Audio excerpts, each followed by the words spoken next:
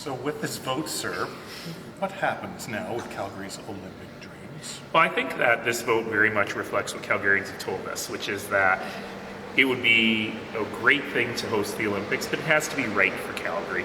There's nothing new in that. It's kind of anticlimactic. I've been talking about this in this way for many, many months now. So what council decided today was pencils down for a little while. Let's analyze the deal that LA has received with the IOC.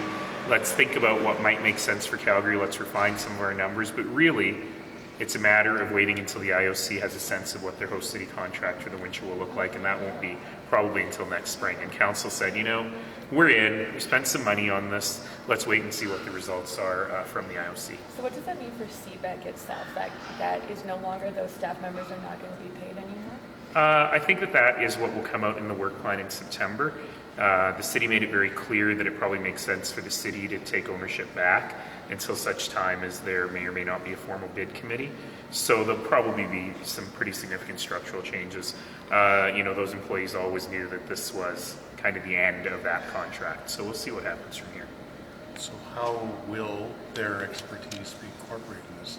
Volunteers? Or I do have a 5,400 page report, and it's worth noting that the majority of the people with CBEC, all the people on the actual committee, were volunteers. And I imagine that some of those folks might want to stay. There might be some new blood coming in. So we'll see how things play out in September. Speaking of that 5,400 page report, media and the public has only seen a couple hundred pages of that. Do you think there's appetite to have CBEC release more? I don't know if there's appetite. Certainly no one's asked me for it. And I don't know how much confidential information is in there. But you know, I've got a very easy summer coming up. So when I get to page 5,394, I'll come up with something. Some of the You're well aware that were... the IOC tends to watch these things closely. Yes. The opposition to this idea has now doubled from 2 to 4. What's the significance of that?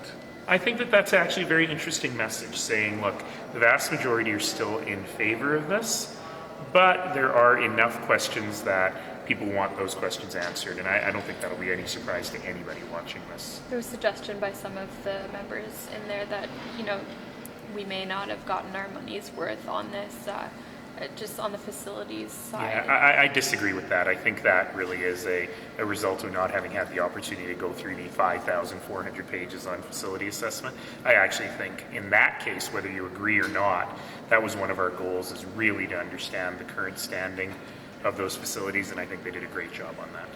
On the secondary suite front, Oh yes, I forgot about that. 2 of the 4 approved. Where does that move the ball? Nowhere. One of the 4 that was approved actually does add some bureaucracy, but probably some good bureaucracy by differentiating between backyard and basement suites. I voted for that. I think that was the right thing to do.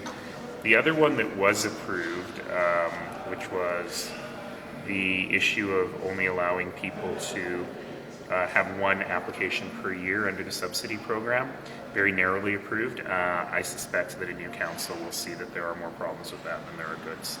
Why is that when supposedly the figures show that people are getting these designations so that they can list their properties for more dollars versus actually building the suites? Yeah, well, my primary goal here is not about dollars. It's about making sure that suites are safe. And if we have incentives to bring people who have illegal ones that don't meet building code or fire code and bring them into compliance, I'm not in favor of removing those incentives. I just want them to be safe.